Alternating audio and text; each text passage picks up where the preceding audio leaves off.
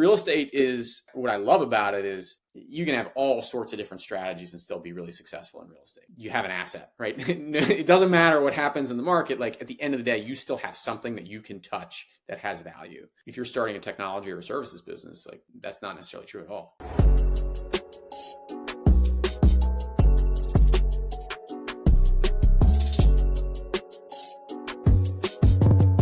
What is up, Growth House family? It is your host, Jesse Ray. I'm here with the man, Atticus from PadSplit. Atticus, it's a real honor and pleasure to actually have you on the podcast. Thanks so much for the opportunity, Jesse. Yeah, it's a pleasure to be here. Absolutely. I gave you a little bit of my backstory, but I know a lot of our listeners know that I got started with house hacking and then I moved into co-living, and there was so many different kind of hard problems to overcome, which a lot of it was, how do I set up these properties? How do I find good tenants, good roommates? And then a couple years later, after I already started on my journey, I heard about PadSplit. I'm like, this is a genius idea. I wish I would have came up with it, not gonna lie. And so I just want to give you a big shout out of just what you're doing, and we'll dive into that story. But let's start here. Overall, what does PadSplit, what does that company look like right now? And then we'll take a step back of how it all happened. Yeah, so PadSplit is the largest marketplace for co-living in the US. We are two-sided, kind of like Airbnb or Uber. On one half of the marketplace, you have the people who need a rent. And we really cater to the folks who are struggling to qualify for traditional apartment, which is about 50% of the rental population of the United States. So it's a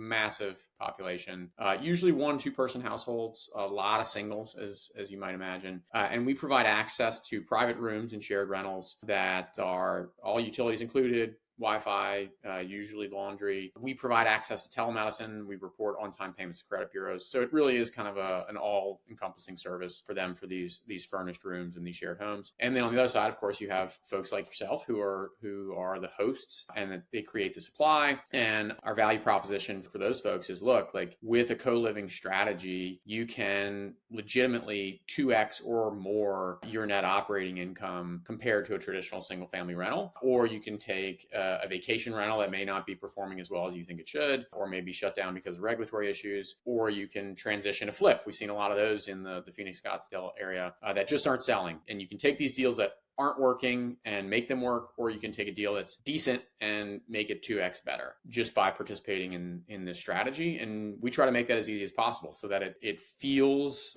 much more comparable in terms of the effort required from a landlord to a traditional single family rental. It's still certainly more work than a traditional single family rental, but a lot less than a vacation rental. Absolutely. Let's dive in real quick, this nitty gritty, because this is on top of my head. Vacation rental. So seasonal, up and down, PadSplit from my experience. And guys, I've actually do co-living. I have friends who I've referred to PadSplit. So I'm talking from experience. You're getting just the same amount as Airbnb, except it's actually consistent and it's not people thrashing your place. And also in terms of the long-term rental versus kind of rent by the bedroom, what I've realized is that people don't thrash your place. You do a long-term rental for a year. There's probably $4,000. You have to paint walls. You have to do all this and that. These people actually take care of your rooms, and it's almost spotless when they leave. So yeah, there's so many things I want to dive into. Yeah. I want to ask you this real quick. How many states are you in right now? What are your main hubs? We're all over. I mean, anywhere in America right now we can go.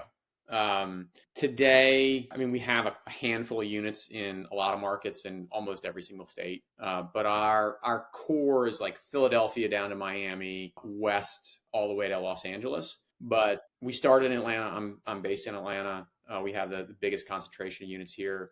We have 7 markets with over 1,000 units. We have almost 20,000 units on the platform. But we really can go anywhere. We're a remote marketplace, again, not unlike any of the others that you're accustomed to seeing. So what I really try to focus on is most owners know their markets pretty well, right? And they know where they want to invest, and they know where there's a need for this type of housing option. And so we're set up to be able to follow and support those owners wherever they happen to be. That's awesome. Let's take it back. How did this all start? I'm pretty sure you guys founded in 2017. Is that correct? That's right. Yeah. So I founded the company in 2017, but it really goes back a lot farther than that. I moved to Atlanta in 2002, and I rented a room when I moved to Atlanta in 2002. I went from renting that room. I was only making $30,000 a year, and I bought a house with 100% financing. I maybe had $2,300 in total closing costs down, and maybe a 600 credit score. And that decision changed the rest of my life in terms of just financial empowerment. And I was able to leave my my job in '05 to really start my entrepreneurial career. So I've been a real estate investor and entrepreneur for 20 years now. In 2008, I really started buying very, very early. I actually created the Atlanta Housing Fund to give you an idea of how early that was, that corporate name was still available, and started buying houses in early '08, really before the crash had actually hit, but the prices were still 20 grand for houses back then. So it was just an amazing opportunity. And I saw these rooming houses that were everywhere. They're usually terrible condition. It ended up that next door to a house that I owned that became vacant, there were these guys running a really terrible rooming house with tarp on the roof, wires hanging off the side, no heating and air conditioning. And this guy, Mitch, came to me and he said, "Hey, our house is getting foreclosed and we're all going to get evicted. Can me and my buddy Otis come rent rooms from you?" And I was like, "Tell me about that. How does that work? What do I need to do?" Like, I know I can create a much better living environment than where you've been. And that was the first one. That was '09. And interestingly, the third person who moved in was a woman named Linda, who still lives there today. 10 years later, she's still in the same room. And so, like, I was building up a portfolio. We ended up owning and managing 650 homes between probably 150 single family homes that were all rentals, and then the rest were apartments. And I was comparing the profit and loss statements on all these deals for years and years. And it was just so clear, like, this rent by the room model beat the pants off of everything else. Problem was, it was a lot of work. And by 2016, I was in just a much different place in my career where I was much more able to take risks without being concerned about providing for my family, and certainly had reached a point of financial independence far beyond what I had expected 10 years prior, and thought, well, like, how do I go pay it forward and create the same opportunities that I've seen that have really been meaningful in my life and make those available to other folks? I ended up in an ideas competition for affordable housing and was like, look, take this idea from this rooming house thing that I've watched play out now for 7 years and create a marketplace like Airbnb that just took away all of the operational complexity, or at least the vast majority of that operational complexity that made that business so hard for me to run manually for all those years. And that was the basis for what PadSplit became. I wrote that actually in late 2016, founded the company in 2017, created the first prototype house in June of 2017. Yeah, it's just been growing since then. I just started touring investors through this house and said, look, like, I was making $1,100 net on that house previously, and I'm now making $2,300 net. And of the 6 people who live there, none of them could have qualified for a traditional apartment. And one of them had basically been almost homeless, living in an extended stay motel. And within 6 months, she had changed her life, bought a car, moved into her own place. It was like, this is incredible. And I'm making more than twice as much as I was before. And just like repeating that story over and over again, you can imagine, just got a lot of people interested that this was a real thing that had legs, and it's just grown since. That's so cool. 2 things I want to touch on right there. Number one is that, yeah, the hardest part is what you guys are solving when it comes to renting by room. It's not just one person you have to find for the house. It's like, 6, 7, 8, 9, depending on how big your house is and how many bedrooms. So that's a huge solution to that kind of problem within the rent by room strategy. But then also that fulfillment, man. Like, I've had so many people that have come through my homes. I know stories about PadSplit where literally you're changing lives. And I don't know, for me, like, obviously the money is great. We all want high cash flow, especially as investors, but those stories, and know that you're part of someone's life and you actually see it, like, personally through the communication, or if you ever see them in person, like, it's like, there's nothing like it within real estate. Yeah. I mean, it's the greatest return on investment you could ask for, right? I mean, I say that our hosts come for the income and stay for the impact. And like, most people who are not real estate investors don't understand, and they still look at like landlords as terrible. But like, when you're in it, man, it's hard for not to get to you. And in the seat that I am now, like, I see a steady feed every day from reviews or members that are reporting in saying, like, this changed my life. And I mean, I think about like my own story. I mean, again, I was 30 grand, didn't even have hardly a 600 credit score. And I was able to buy a house then. Well, if I take me fast forward 25 years, and like, I'm living in a PadSplit room right now, that's probably it. That's going to be me for a long time. Right. So it's really just like, I think everybody deserves a shot, whether or not they take that shot and whether or not they're like caring of the home and they're paying on time. Like, a lot of that stuff is up to them. And I really believe in individual responsibility and just making good choices. But creating those opportunities, like that's just a thing that we should do. This is freaking America, you know? So yes, what we thrive on doing every day. And the rest is like, look, if we can align incentives and make housing both more affordable and more profitable at the same time, that's the definition of a win-win. For our hosts is like, look, we got to do three things really well. And this has been true from the get-go. You nailed one of them, which is just, I got to fill your rooms faster than anybody else you can. And we do. Right. I think by and large, we pay for ourselves just in the time that we can fill a room versus what you would fill it on your own. And then the second thing is collections and payments processing, where one of the secrets to this business that I realized very early on was you can underwrite someone who's much lower income simply by making payments easier. And what I mean by that is, so we're recording this on a Wednesday. Like I know today's Wednesday. I couldn't tell you off the top of my head what day May 1st is or what day of the week June 1st is. And the entire rental industry assumes that you're going to have somebody who you know is working, living paycheck to paycheck. And you're going to say, I'm not going to include your utilities. I'm not going to include your furniture. And so you have now 6 different bills that you've got to pay and organize. But you're supposed to prioritize this payment on the first above all others. And what I saw as a property manager running all these apartments and houses was that it was really easy to get mixed up. And like I have the benefit of keeping most of my bills on auto pay, but if I didn't, like it would be a lot to keep up with. But making those weekly payments makes it much easier for folks to pay on time, and why our effective collections rate has never dropped below 97.5%. Today it's actually almost 99%, and that's really attributable in my mind to all-inclusive weekly payments. But that also means if you got a house with 6 people, well, that's more than 25 payments per month that you're having to keep track of. And if somebody gets behind because they've changed jobs or they were in a car accident or whatever, it just gets really complex really quickly. And so that's the second piece of what we do. And then the third piece is just roommate issues and being the first point of triage for dealing with any sort of co-living specific issue. And even beyond that into like maintenance triage, where somebody reports a maintenance ticket, it goes through our system and reports to wherever the owner wants it to go. But we can also handle Johnny stole my peanut butter, Susie's playing music, etc. And we have a lot of interventions around there where we're taking 60,000 calls a month from those residents, so that owners, not that they won't get any, but they'll get a lot fewer than they would ordinarily. What's the most common one for roommate complaints? Cleanliness. Cleanliness, yeah, definitely the most common. I always laugh. A lot of these companies think, oh, well, I'm gonna create a matching algorithm. We're gonna just match people that are alike. Well, guess what? What we found is 94% of people say they're clean. Yeah, no one's gonna be like, yeah, I'm dirty, I'm checking that exactly box. So like, how do you figure that out, and what do you do? And the reason why I think it's important that we exist as a marketplace, assume it's like a serious conflict. And the only way you can really determine if it's serious or not, because like he said, she said all the time, right? But as a marketplace, the most powerful tool that we have is the ability to give those residents choice to make their own decisions and vote with their feet. To say, okay, look, like Jesse, you and me might be roommates, and you're complaining about me because I don't know, I keep wearing my Jason mask and carrying around an axe or something, right? Well, like maybe that's true, maybe it's not. But if I go to you, Jesse, as PadSplit and say, okay, Jesse, like we understand Atticus is really scary. Here's a free transfer. You can go anywhere else in the city or anywhere else in the country. Well, if you don't move, guess what? Like then like that's on you and you own that decision. But if I'm really a scary guy and you're terrified for your life, or I'm just really, really dirty, like you're going to move. And then we can start tracking, well, how many people have moved away from Atticus because he's a scary guy? Then, guess what? He's got to go. Most hosts can recognize that as well. But yeah, like that's a huge part of what we do. And I think a benefit of kind of being a marketplace versus just an individual owner. Yeah.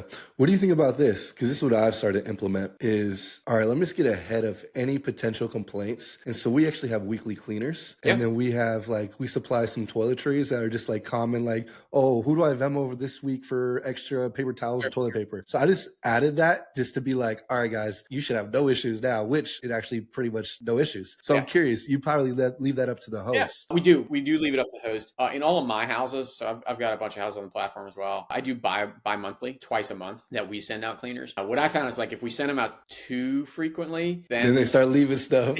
yeah, They're like, oh, exactly. cleaners will be here Thursday. Yeah, exactly, That's good. exactly. And I see my parents' houses like that, where they have weekly cleaners, and then it's just like all goes to hell until the cleaner comes. But yeah, we did see some of that as well. So it just depends, man. Like these communities inside homes really form organically, for better or worse in some cases. So there's no, like, I'm very reticent to offer any silver bullets. I mean, some people talk about like common areas versus no common areas. Typically, I like dining areas, but not sofas. I like to say bad things happen on sofas. And I've learned that over the years. We won't have to get here. PG rated podcast. But yeah, but a lot of people are like, oh no, like we're going to have pool tables and a lounge area and all this stuff. It's like, I mean, whatever fits your market, man.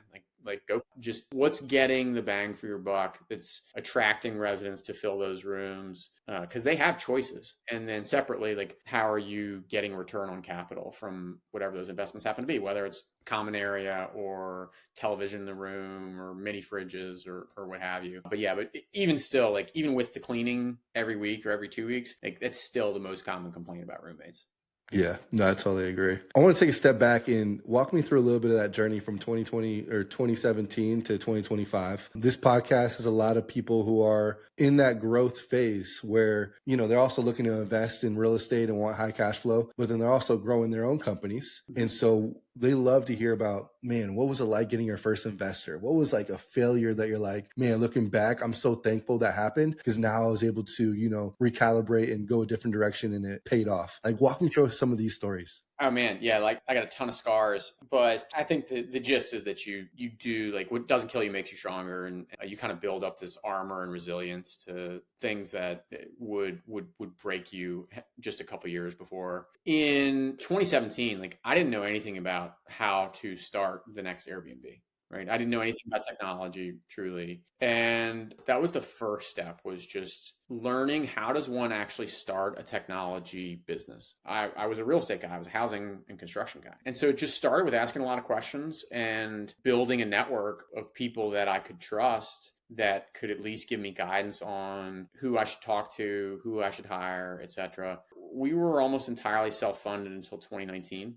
And that was, you know, one of the benefits of having my other businesses that were running. There's no way that I could have done this early in my career, just with the level of risk involved. But yeah, I joined Techstars in 2018, which was probably the biggest like accelerant for us. For those of you who don't know, like Techstars is an international accelerator program, and they do these cohorts in multiple cities around the world, actually based out of Boulder, Colorado, but they had one here in Atlanta. They do this thing called Mentor Madness, where you talk to 200 people that are generally experts in one field or another.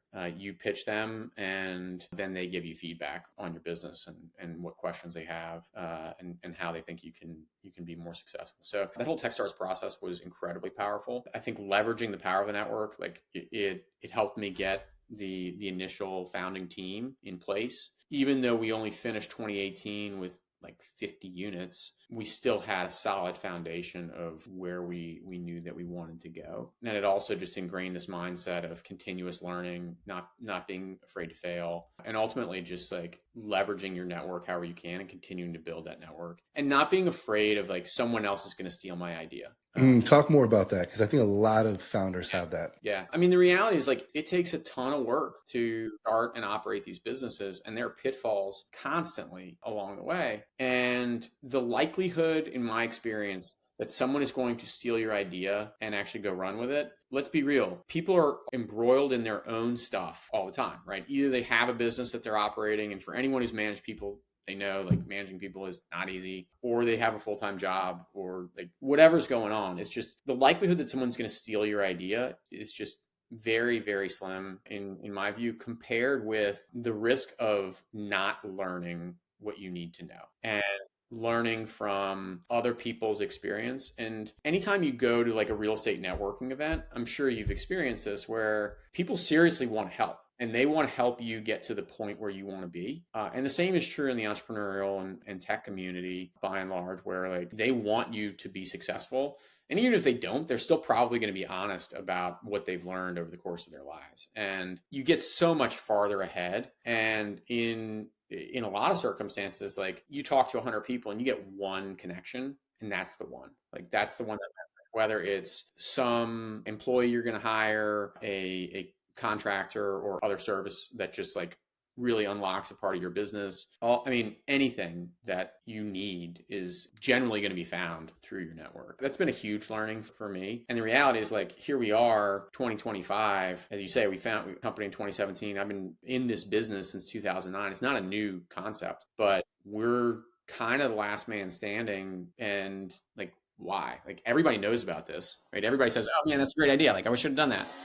Like if I had $1 for every time I've heard that, the reality is like it's just a lot of pain, right? And a lot of sleepless nights. And I mean, I've been served with an innumerable number of lawsuits like at various times. And like we got left at the altar by our Series A funder. And then like have had a couple of layoffs, and like that stuff's hard, man. I love the Teddy Roosevelt poem about the man in the arena, and it's like you just got to be willing to just put up with a tremendous amount of pain. And the reality is like there just aren't that many people out there that are willing to put up with the amount of pain and risk that are required to make a business successful, particularly one that's like we don't have assets. That's a good point. You have the tech platform. Like real estate is what I love about it is you can have all sorts of different strategies and still be really successful in real estate. You have an asset, right? It doesn't matter what happens in the market. Like at the end of the day, you still have something that you can touch that has value. If you're starting a technology or a services business, like that's not necessarily true at all. I'm curious, would you ever think about like, man, let's just start creating some PadSplits ourselves and let's own some assets? Why not? You know, from the get-go, and I will say, like, we experiment with this in COVID because our primary go-to-market strategy and how we grow was like we would go meet with other investors. Well, at COVID, like you couldn't do that. And we had a mandate from our existing venture capital investors to like go grow and expand the market. So we had to figure out a way to do it. So we did start a small fund at that point. But, you know, at the end of the day, like we don't want to compete with our customers is the first thing. But even going back to 2016 when I was writing this white paper and 2017 as I was really creating the business, I just mapped 3 things out in terms of strategies. Like 1, you could be like Airbnb, which is a true asset light marketplace. 2, you could be like Invitation Homes, which had 60,000 houses at the time where they owned everything and were vertically integrated. Or 3, you could be like WeWork and you could go get master leases on properties and then you could kind of run this arbitrage model. 3, I didn't really love just because like, well, I mean, and it, like, listen, it worked out. We predicted accurately, but like the WeWork model never made sense to me because I really didn't want to take on liabilities without assets, which are what those are. Like, is it easy to expand? Yes. But in a down market, or if you're wrong in a bet, like you're screwed. And then the other 2 were like Airbnb had 6 million listings at the time. Invitation Homes was at least as big from a market cap standpoint, but there were only 60,000 houses. And my goal in starting the business was I want to go fix this problem. Like, I don't personally feel like I need to own more real estate. I own 650 units, and like I was very comfortable. We bought most of the houses for less than 35 grand total with renovation. So like I wasn't worried about just financial self-sufficiency or putting my kids through college. So I was really thinking like, how do we go change the freaking world? Like, how do we solve this problem that was really like pained my heart? That I was raised with this idea that if you had a full-time job, you could find a place to live. It was when I was buying houses in 08, 09, like in the worst financial crisis in my generation, saw that even then when houses were $20,000 or less in some cases, there were still a lot of people working full-time who couldn't find a place to rent that they could qualify for. That was just mind-boggling and wrong to me. And so like that was the problem that I was really passionate about solving. And separately, I'm not a great operator. Like I ran a contracting business for a long time, but like I'm not a super project manager. I'm not like super detail oriented. I just don't really have that kind of type A OCD mindset to go run those types of businesses that thrive on just like blocking, tackling, reproducing widgets over and over. And so that wasn't me. And I thought like, all right, well, this Airbnb thing is the way to go because that will allow me to empower other operators who I know exist, right? I know that I'm a great investor, operator, property manager in this small section of Atlanta. But I know that if I went to Scottsdale, like I don't have a shot, right? There's no way that I can ever be as much of an expert in that market as you are. And so what I wanted to focus on were I've been mapping out this rent by the room business for 8 years at that point. And like I know the specific things that any investor anywhere will need in order for this business to be easy, scalable, and ultimately successful. So like I want to focus on doing those things. And then I want to let the other folks focus on building their business and understanding their market and knowing like there's a university here and a hospital here and like here's the best price that I can find on a particular home in a given market. So yeah, that's really the philosophy behind it. But it's just like let people do what they are best at, and where we could be the best at knowing like those three core things, like how to fill rooms quickly and better and faster than anyone else. How can we collect all those payments, and then how do we deal with the roommate issues that nobody wants to deal with? Yeah, it makes so much sense now that you broke that down because I'm like, yeah, because you have to be an expert in all these different cities, and yeah,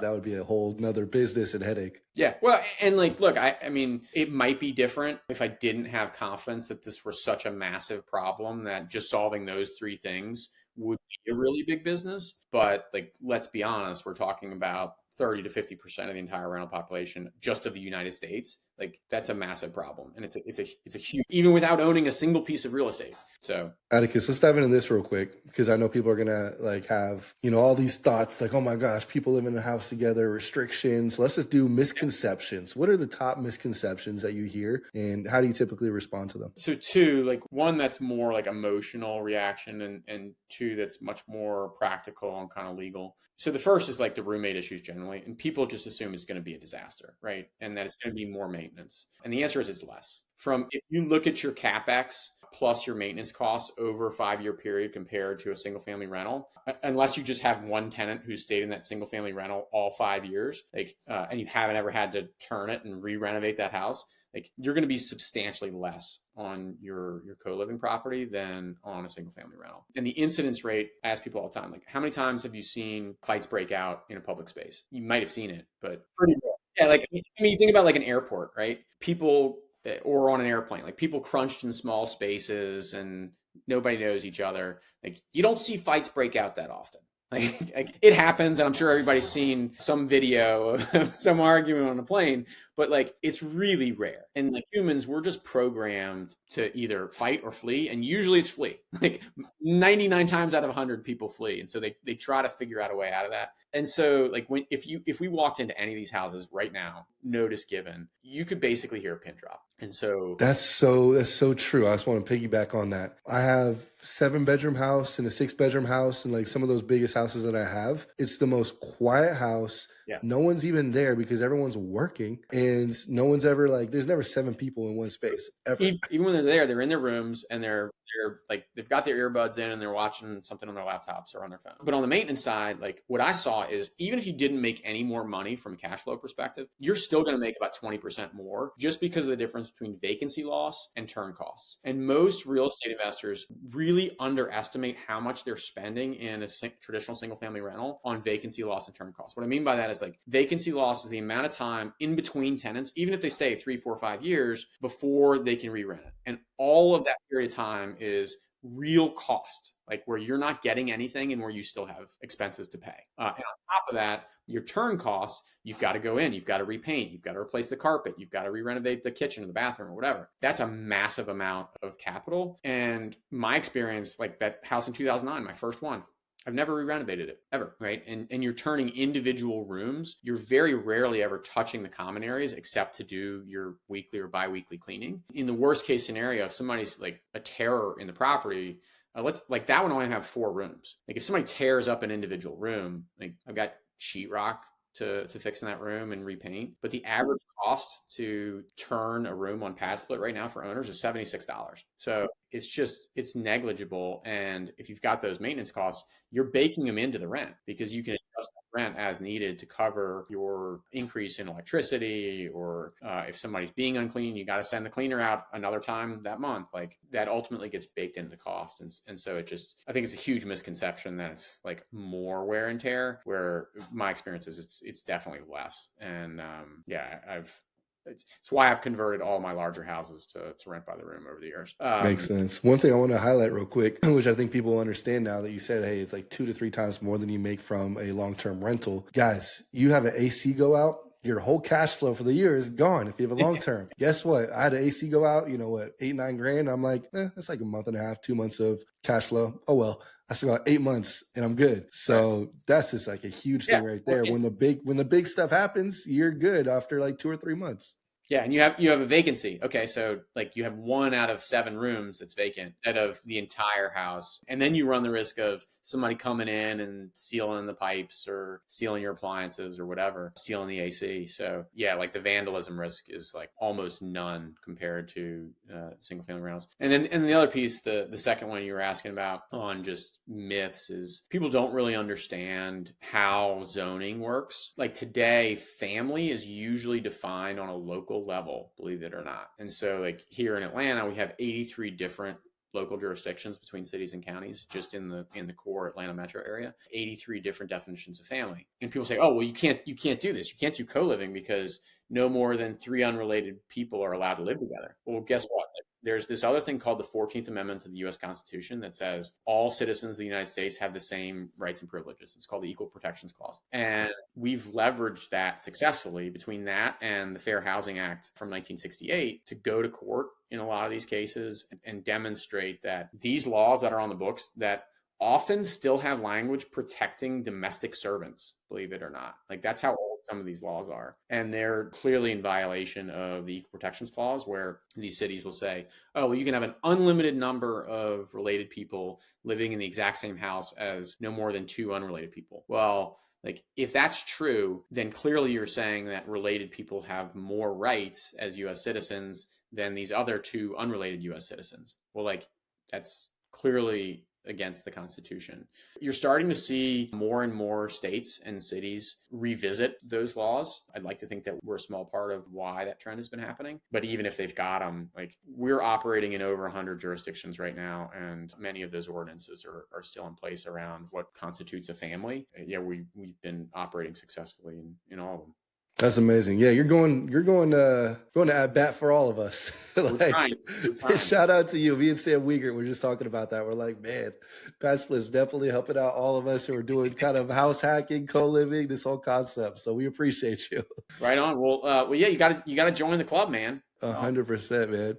So as we wrap up, I also just want to give you a big shout out. You guys are one of our sponsors for our Immersion Mastermind, which has 50 real estate investors, influencers, all coming to Scottsdale, Arizona. So I'm excited for your guy, Ellis, to come join us with that. Yeah. And I just want to say thank you for that again. And besides that, man, I feel like I can go another hour and a half because I'm actually in this game. So I know all the things that you guys have had to do, and I can learn so much from you. So I really appreciate this time, Atticus. Well, thanks for the opportunity. And yeah, hopefully listeners find some value in it. Absolutely. Jesse Ray, Growth House Podcast. We have the man, Mr. PadSplit, Atticus on the show. And when people reach out, we always want to say, hey, people can reach out, but we want to give some kind of value to you. Yep. What's the best way first? How do people reach out to you? So if you're interested in becoming a host, go to padsplit.com/hosts. That's the first thing. And then, yeah, if you're trying to reach out to me specifically, follow me on LinkedIn. That's usually the best way. I don't spend a lot of time on Instagram or any of those. I've got time for like one social media platform. So find me on LinkedIn. There you go. Are you looking for investors? Where are you in that realm of things? Yeah, there's a good chance we will be raising a capital round later this year, but TBD. Cool. Keep me updated on that because all our guys are 7 to 9 figure entrepreneurs, investors, and they always love seeing things that, you know, we're a part of as members of our community we want to support. So Atticus, it's been a pleasure, man. We'll talk soon. Appreciate it, Jesse.